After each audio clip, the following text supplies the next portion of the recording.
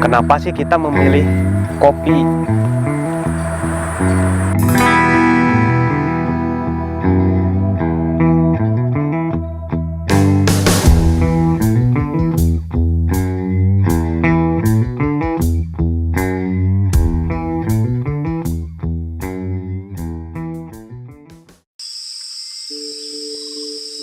Jadi pertanyaannya, kenapa sih kita memilih hutan? Kenapa sih kita memilih kopi? Bagi kita itu tidak ada tidak beralasan awalnya ya, tidak beralasan untuk ngomong tentang bisnis, tentang ekonomi di kopi. Karena kita menanam itu lahirnya itu dari kepedulian kita terhadap lingkungan. Hutan itu dikuasai, dimonopoli oleh beberapa kelompok yang kemudian banyak terjadi pembalakan hutan, sehingga di Garut sendiri sih sampai terjadi banjir bandang dan lain sebagainya. Nah, makanya kita akan memilih itu bagaimana si hutan ini bisa terjaga konservasinya. Maka kita harus menanam komoditi yang memang tepat. Nah, untuk itu kita memilih yang namanya komoditi kopi ini. Nah, karena kopi ini sangat erat kaitannya dengan konservasi alam itu sendiri. Kopi butuh naungan, kopi butuh peneduh agar intensitas matahari itu tidak terlalu intens untuk menyinari kebun kopi. Idealnya kopi itu harus 30% intensitas kopi, makanya diperlukan naungan yang kuat. Nah, dengan naungan yang kuat, secara tidak langsung itu menjaga ketahanan tanah, menjaga ketahanan air, pengikat air gitu kan. Nah, untuk itu kita memilih yang namanya komoditi kopi itu. Bagi kami, komoditi kopi ini juga mewakili komoditas kerakyatannya. Banyak komoditi seperti teh, kakao, karet itu banyak dikuasai oleh perkebunan misalnya. Tidak ada masyarakat yang memiliki teh 1 hektar kebun teh. Milik pribadi tidak ada. Itu biasanya oleh perkebunan dan lain sebagainya. Nah, maka kopi ini sekarang banyak masyarakat yang menanam 1 atau 2 hektar komoditi kopi. Makanya kopi ini sangat mewakili komoditi yang punya nilai tinggi, tapi kemudian bisa benar-benar dikuasai oleh masyarakat itu sendiri. Nah, itu alasan awal di mana kita memilih kopi. Nah, kopi sebagai komoditi kerakyatan, juga kopi erat kaitannya dengan konservasi alam itu sendiri. Nah, ini sekarang kita jelaskan untuk struktur satu pohon kopi dalam konteks pemeliharaan dalam kopi.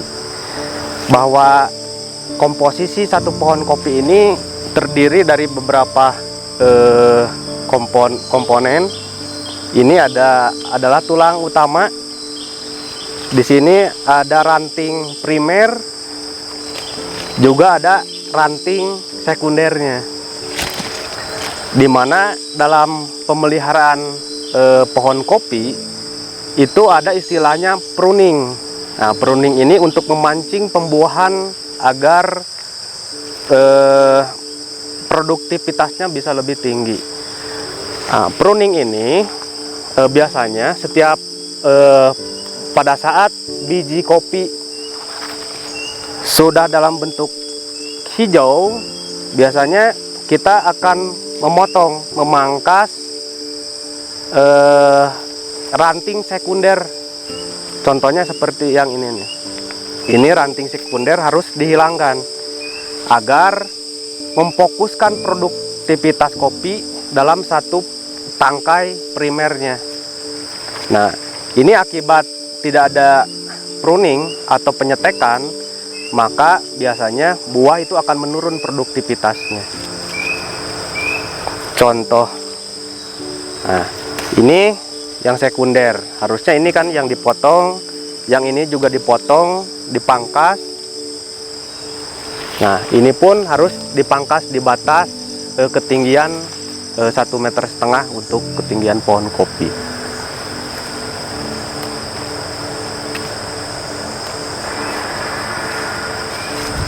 Nah, untuk menghasilkan tanaman kopi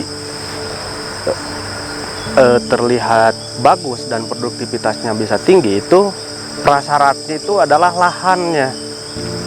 Lahan itu harus dipastikan kurang dari hama seperti rumput ataupun pohon-pohon pengganggu lainnya.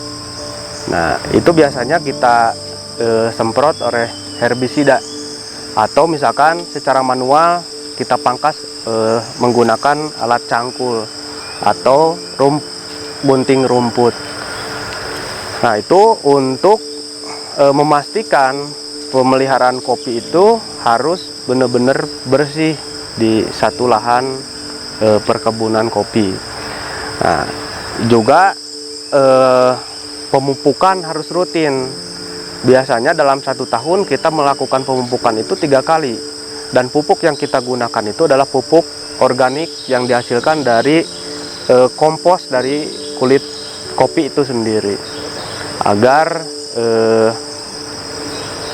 kepastian kualitas kopi itu benar-benar terjamin tanpa ada unsur kimianya.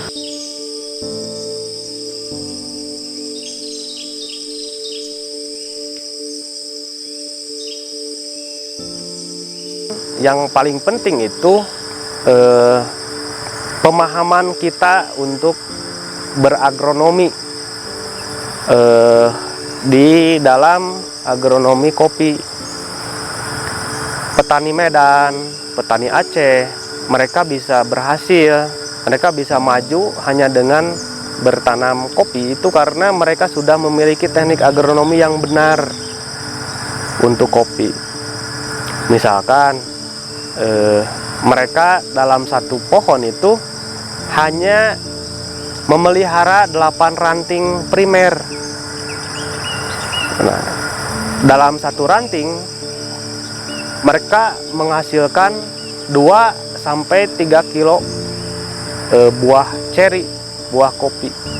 Kalau dikalikan, setidaknya dalam satu pohon 8 tangkai itu,